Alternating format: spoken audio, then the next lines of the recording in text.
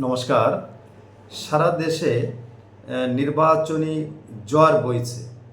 আজ দুপুরে অর্থাৎ শনিবার দুপুরে একটা হোটেলে এক সেমিনারে বর্তমান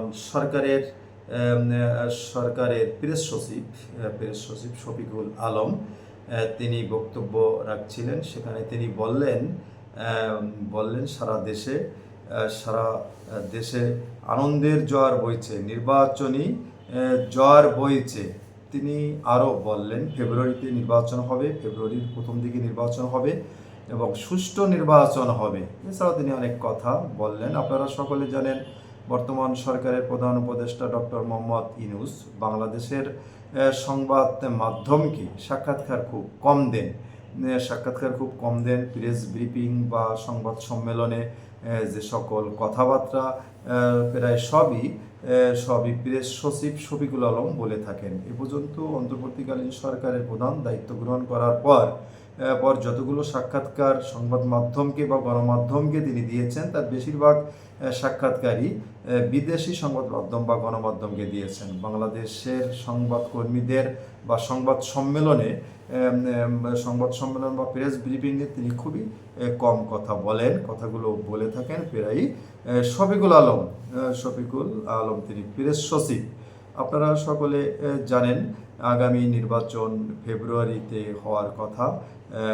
হয়তো যে কথা শফিকুল আলম বললেন ফেব্রুয়ারির প্রথম সপ্তাহে হবে।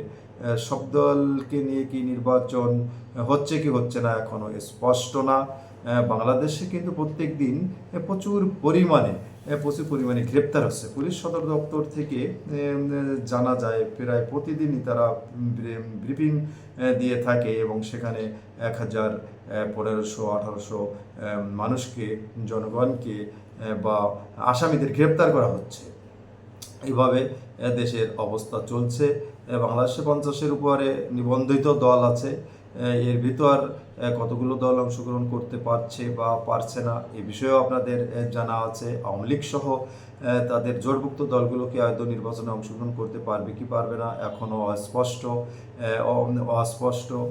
একদিকে হাজার হাজার মামলা রয়েছে, নিরপরাধ ব্যক্তির নামেও মামলা রয়েছে, সেগুলো এখনও সমাধান হয়নি, ঠিকমতো জামিন দেওয়া হচ্ছে না। সব কিছু মিলে দেশের এই প্রেক্ষাপটে যদি নির্বাচন হয় সেটা কি আনন্দের নির্বাচন হচ্ছে, গণতন্ত্রের নির্বাচন হচ্ছে, না গোটা কয়েক দলের নির্বাচন হচ্ছে? আপনাদের মতামত আপনারা কমেন্ট বক্সে জানাবেন। সবাই ভালো থাকবেন। নমস্কার।